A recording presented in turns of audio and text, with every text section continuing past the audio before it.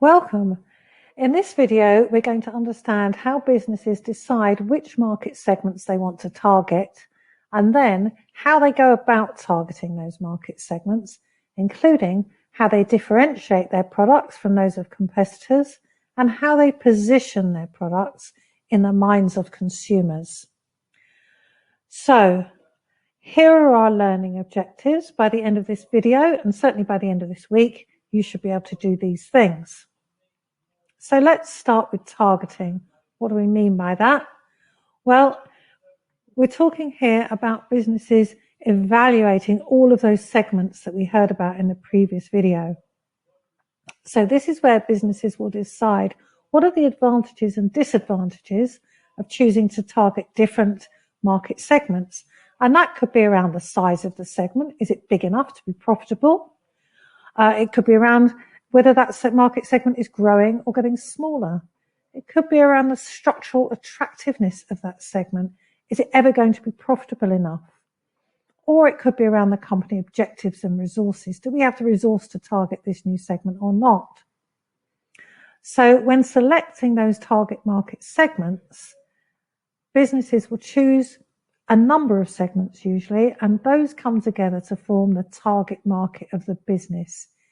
So in other words, that target market is the sets of buyers who share those common needs and characteristics, those sets of buyers that the company decides to serve. So different companies will have different market targeting strategies. Some businesses will have very broad targeting strategies.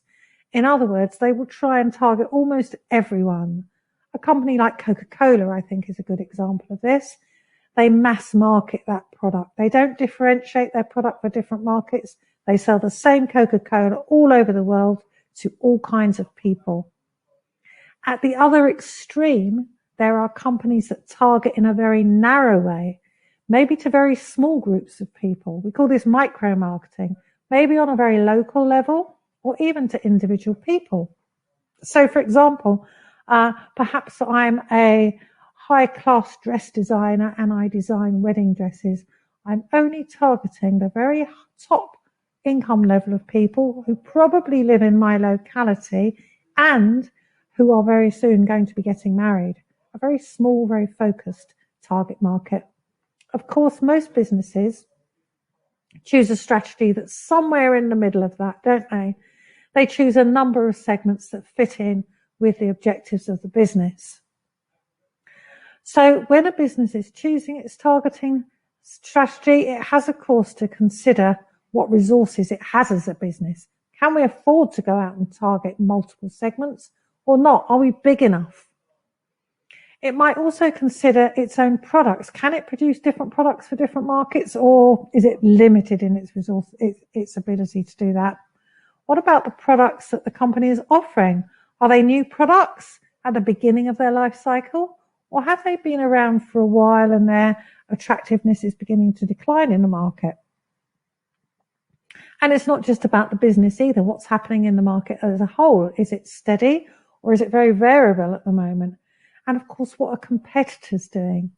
So when a business decides whether it's going to choose a very broad marketing strategy or a very targeted marketing strategy, it's likely to take into account all of these things about itself, but also about the market and the competition. So once the business has defined its target market, it's chosen the customers it's going to target, then it needs to think about how it's going to differentiate its product from the competition and how it's going to position its product in the minds of consumers. So the first thing that a business has to do when it's decided on its target market is to think about the value proposition. And if you remember, this is something we spoke about in the very first video in week 1, the value proposition, the set of benefits that we're going to offer our customers. So we know what our target market is now. How are we going to please them? What benefits are we going to give them that they want, that we can offer? And how can we position our product in a way that customers value? So let's have a look at how this works in practice. So this is what we call a positioning map. And this positioning map is for large luxury SUVs. These are these big, big cars that are often driven off road and so on. Quite expensive purchase for many people. So what I want you to think about here is, what are the factors that the typical consumer is going to consider when they're choosing to buy one of these luxury SUVs rather than another? What are the main things they think about? Well, market research in this area showed that in this particular market, people tend to think about three important things. One is price. One is the luxury offered by the vehicle. Does it have leather seats? Does it have lots of technology inside it? And the third one was the performance. Does it actually go fast? This is a car after all, and it's an off-road vehicle. Does it perform well off-road? So we've got three different things there. And each different brand has made a decision to position itself slightly different. So if we look at the Lexus, first of all, this blue circle represents the Lexus. We can see that the Lexus is one of the more expensive large luxury SUVs, and it is definitely sells itself on luxury. It tends to go for things like big leather seats, comfortable seats, handsome looks. But it's not necessarily the best on performance. So it's not the best off-road car, and it's not necessarily the fastest. If you want performance in your large luxury SUV, you need to think instead about either a Land Rover or a Toyota Land Cruiser. These two cars equally as expensive, but not so luxurious, but much better performers.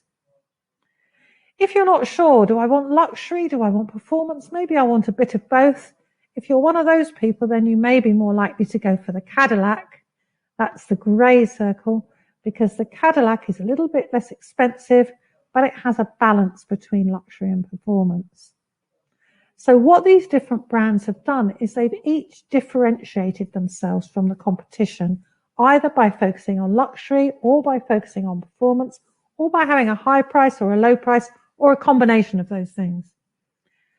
And in doing that, they've begun to position themselves in the minds of a consumer. So when we think about Lexus, we tend to think about luxury. When we think about Land Rover, we tend to think about performance off-road. So these two things of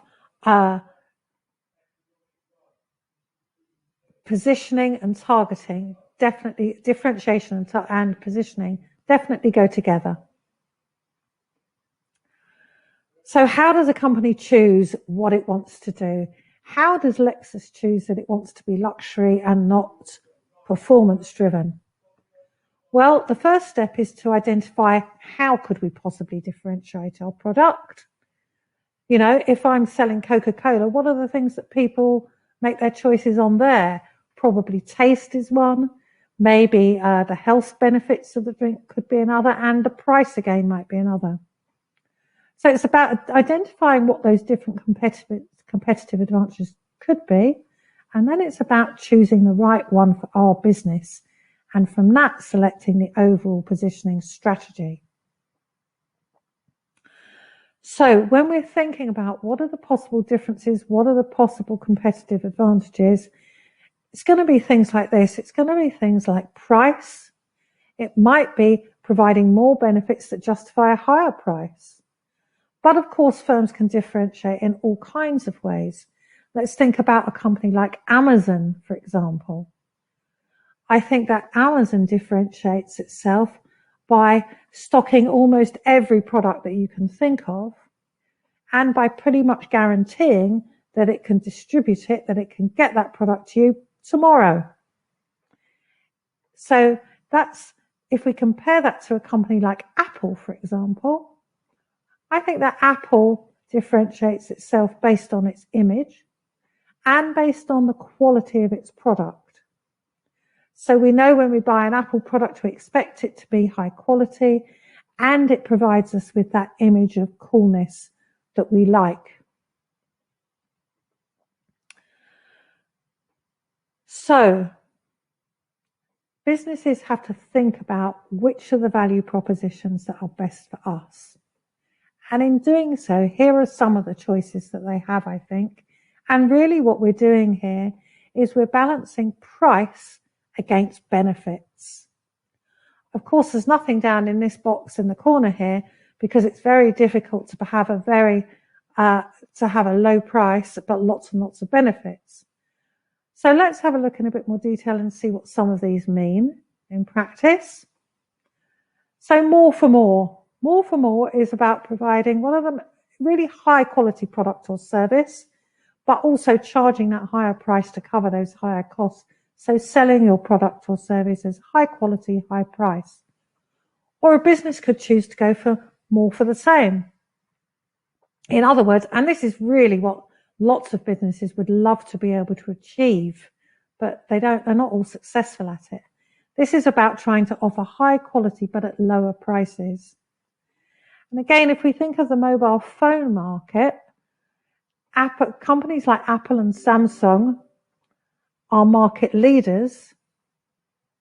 And as such, they tend to charge a premium. In recent years, we've had a lot of less well-known companies, often Chinese companies, offering many of the same advantages, many of the same product benefits, but at lower prices. More for the same. Or if we can be really good, we can give our consumers the same level of quality for even less money if we can discount every now and again. But some businesses choose actually to go for a lower level of quality and a lower level of price. If we think about UK supermarkets, we can see that there are businesses at each level here, at each value proposition here. So in the UK, we have supermarkets such as Marks and Spencer's and Waitrose, who tend to be up the top here, more for more. And then you have the sort of middle range supermarkets like Sainsbury's that tries to give good quality, but for slightly less money.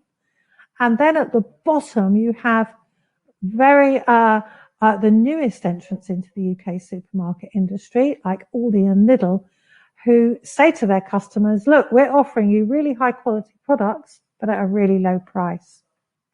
So all of these value propositions are possible. Each business needs to decide, though, which is the right one for them. And some companies decide that actually they want to do a bit of everything. So if we look at the market for beauty products, I know this is a very small graphic here, but this represents 7 market leaders in the beauty business. So there are 7 big companies in the beauty business, and between them, they own 182 brands. Let's focus in on that a little bit more.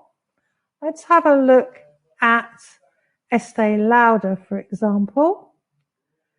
Look at all the different brands that Estee Lauder owns. Why does it do that? Why does it have so many different brands? This one, L'Oreal, even more. I'm sure you recognize lots of those brands. So why does one company have so many different brands? Well, because it wants to offer a range of value propositions to a range of market segments. So it produces different products and services that offer different propositions to different market segments, even though they're the same companies. So when a business positions its product, what it then really needs to do is communicate that position to its customers.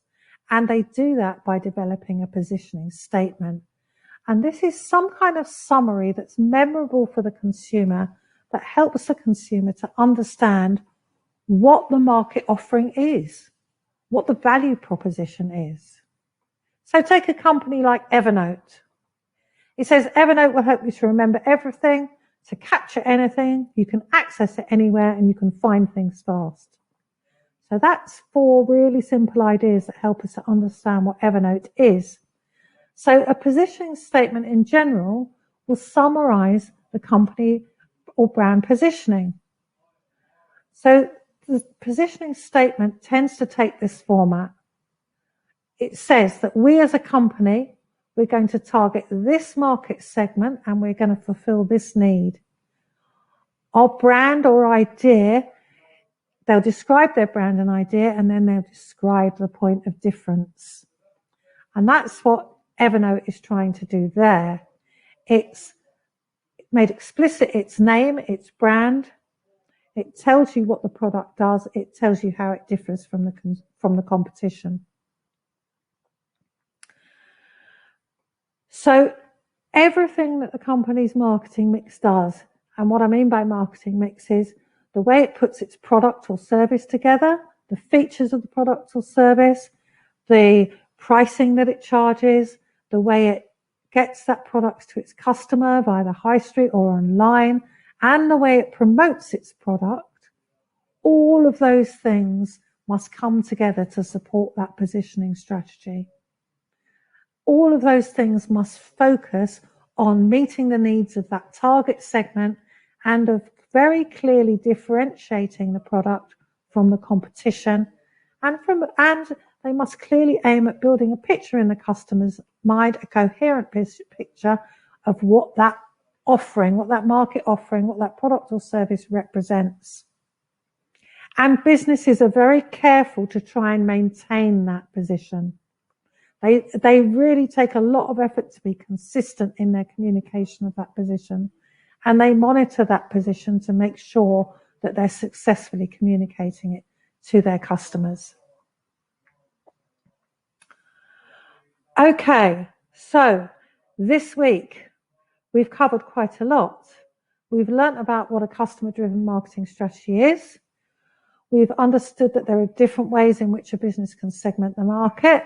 We've understood something about how businesses can target that market and how they can differentiate and position their product in order to meet the needs of their customers. So we're going to end there, and now there are a few questions for you to answer.